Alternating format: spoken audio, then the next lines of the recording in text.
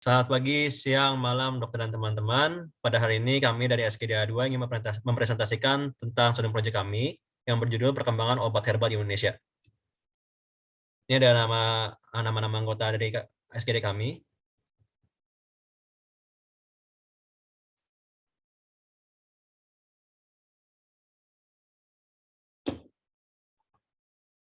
Selanjutnya kita akan menjelaskan latar belakang. Bagi yang menjelaskan, dipersilakan.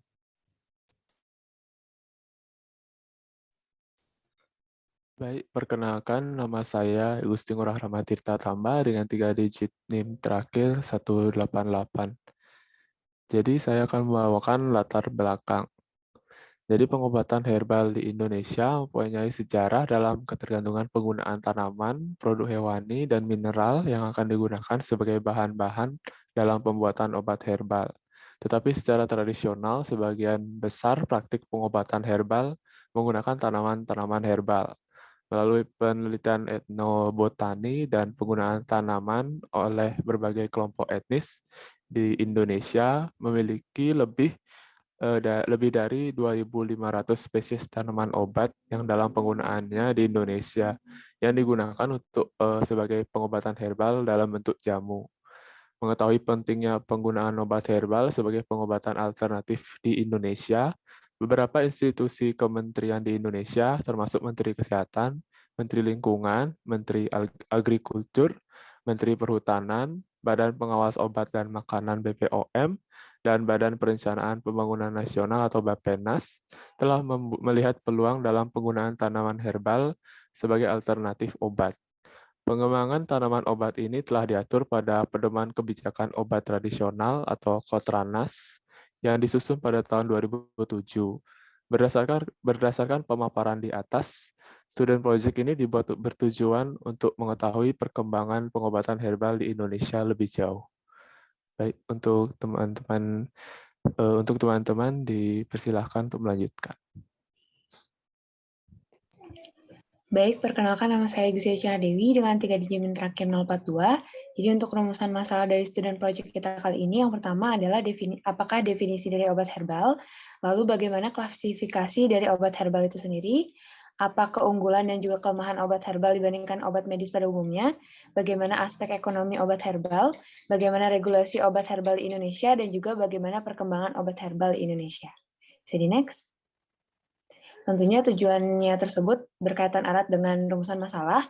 Yang pertama untuk mengetahui definisi obat herbal, untuk mengetahui klasifikasi dari obat herbal, untuk mengetahui dan bisa membandingkan keunggulan dan juga kelemahan obat herbal dengan obat medis pada umumnya, lalu untuk mengetahui aspek ekonomi obat herbal, untuk mengetahui regulasi obat herbal di Indonesia, serta yang terakhir untuk mengetahui perkembangan obat herbal di Indonesia. Bisa di next. Baik dengan manfaatnya sendiri bagi penulis dapat menambah wawasan terkait dengan definisi, klasifikasi, aspek ekonomi, regulasi, dan juga perkembangan obat herbal khususnya yang ada di Indonesia.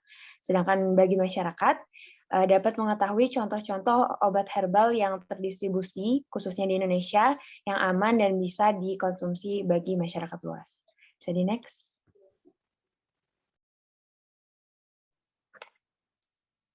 Baik, izin melanjutkan. Sebelumnya perkenalkan, saya akan Kumara dengan 3 NIM terakhir 183. Untuk definisi obat herbal sendiri, obat herbal merupakan sintesis yang tercapai dari suatu pengalaman terapeutik dari generasi pelaku kesehatan dengan sistem pengobatan pribumi.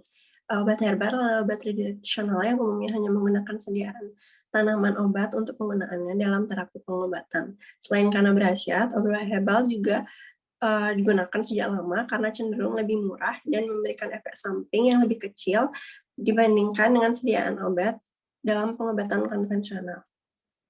Bisa dilanjutkan.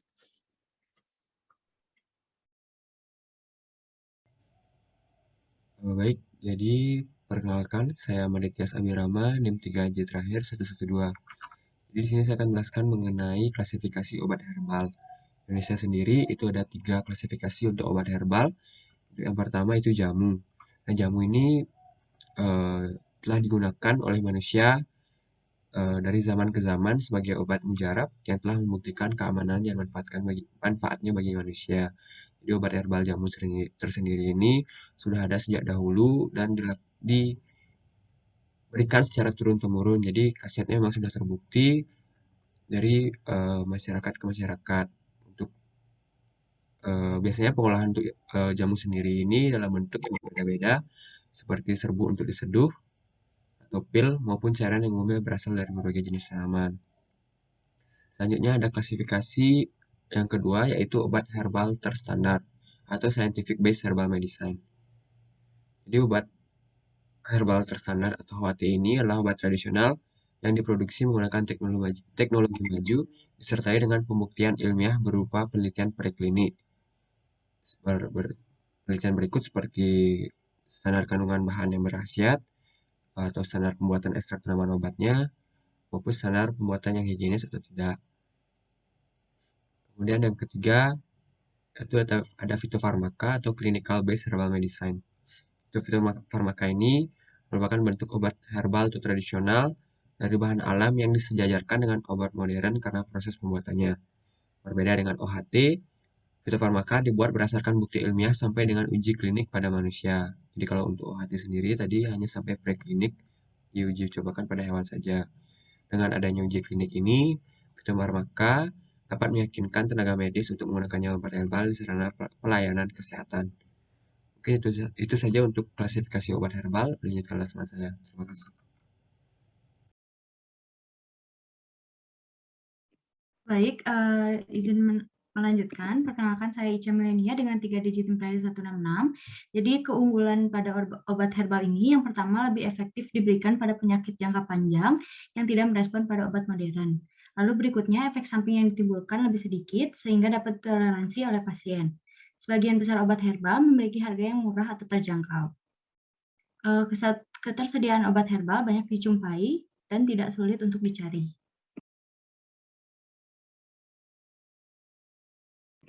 Berikutnya, kelemahan obat herbal. Yang pertama, tidak cocok digunakan pada keadaan darurat. Resiko terjadinya keracunan bisa terjadi jika terdapat kesalahan pengambilan obat herbal. Jika tidak disertai petunjuk dari tenaga profesional, bisa terjadi kesalahan terutama dalam penggunaan dosis. Penggunaan obat herbal ini harus dikonsultasikan terlebih dahulu karena interaksi obat modern dan obat herbal bisa menyebabkan kondisi pasien memburuk. Sekian dari saya, terima kasih. Baik, perkenalkan saya Putu Diva Pranita dengan 3 digit NIM terakhir 207. Jadi sebagai bahan pertimbangan masyarakat dalam memilih pengobatan, tentunya kondisi ekonomi merupakan salah satu hal yang perlu diperhatikan. Jika ditinjau dari aspek ekonomi, obat herbal memiliki beberapa keuntungan, diantaranya yaitu mudah, murah, dan manjur dalam mengobati penyakit.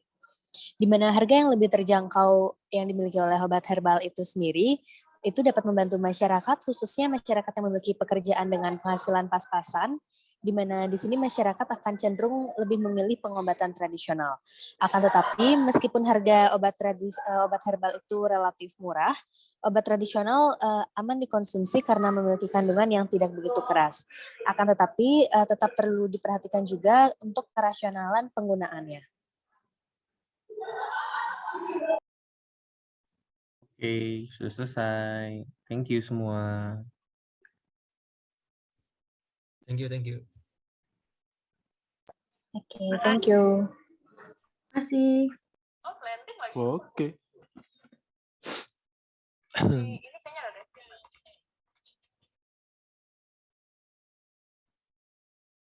Perkenalkan, nama saya Dila Syahramanita dengan 3 digit NIM terakhir 099. Jadi regulasi obat herbal di Indonesia itu telah ditetapkan dan diawasi oleh pemerintah Indonesia melalui Menteri Kesehatan dan instansi terkait.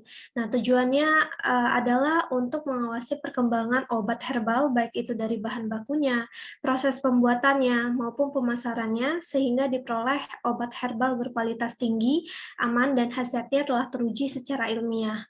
Lalu untuk regulasi yang pertama itu adalah mengenai perizinan usaha industri dan pendaftaran obat tradisional yang diatur dalam Permenkes Republik Indonesia nomor 246 tahun 1990 yang mengalami perubahan menjadi 2 peraturan, yaitu Permenkes Republik Indonesia nomor 006 tahun 2012 tentang industri dan usaha obat tradisional dan Permenkes Republik Indonesia nomor 007 tahun 2012 tentang registrasi obat tradisional. Lalu selanjutnya adalah pemerintah juga mengatur mengenai saintifikasi jamu dalam penelitian berbasis pelayanan kesehatan melalui Peraturan Menteri Kesehatan nomor 003 tahun 2010.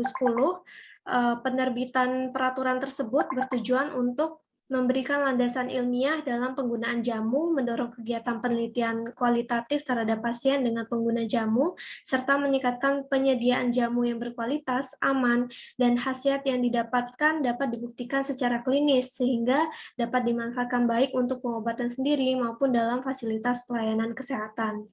Kemudian ada peraturan mengenai fitofarmaka, yaitu diatur oleh Peraturan Menteri Kesehatan Republik Indonesia nomor 760 tahun 1992,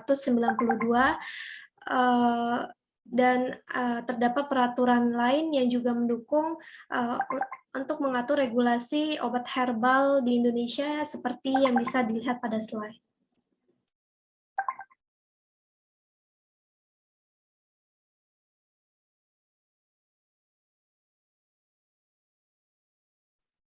Kenalkan, nama saya Kelvin Tanasius dengan 3 digit NIM terakhir 062. Saya akan menjelaskan tentang obat herbal di Indonesia dan juga perkembangannya. Yang pertama itu ada jahe. Jahe ini merupakan salah satu dari bumbu dapur yang sering kita temui. Jahe sering digunakan sebagai bumbu makanan, minuman, dan juga obat tradisional. Kandungan zat aktif seperti singiberin, kamfena, dan lemonin, benal, sogal, dan lain-lainnya itu membuat jahe ini dapat digunakan sebagai obat tradisional. Jahe dapat berfungsi sebagai pengobatan preventif dan juga kuratif. Jahe bisa digunakan untuk menurunkan gula darah, mengurangi LDL, mencegah kanker, meningkatkan memori di otak, untuk melawan Alzheimer, dan juga menurunkan resiko infeksi, dan masih banyak lagi. Proses pembuatan jahe yang lama menyebabkan jahe kurang diminati di masyarakat. Untuk mengatasi masalah tersebut, dilakukan inovasi sehingga membuat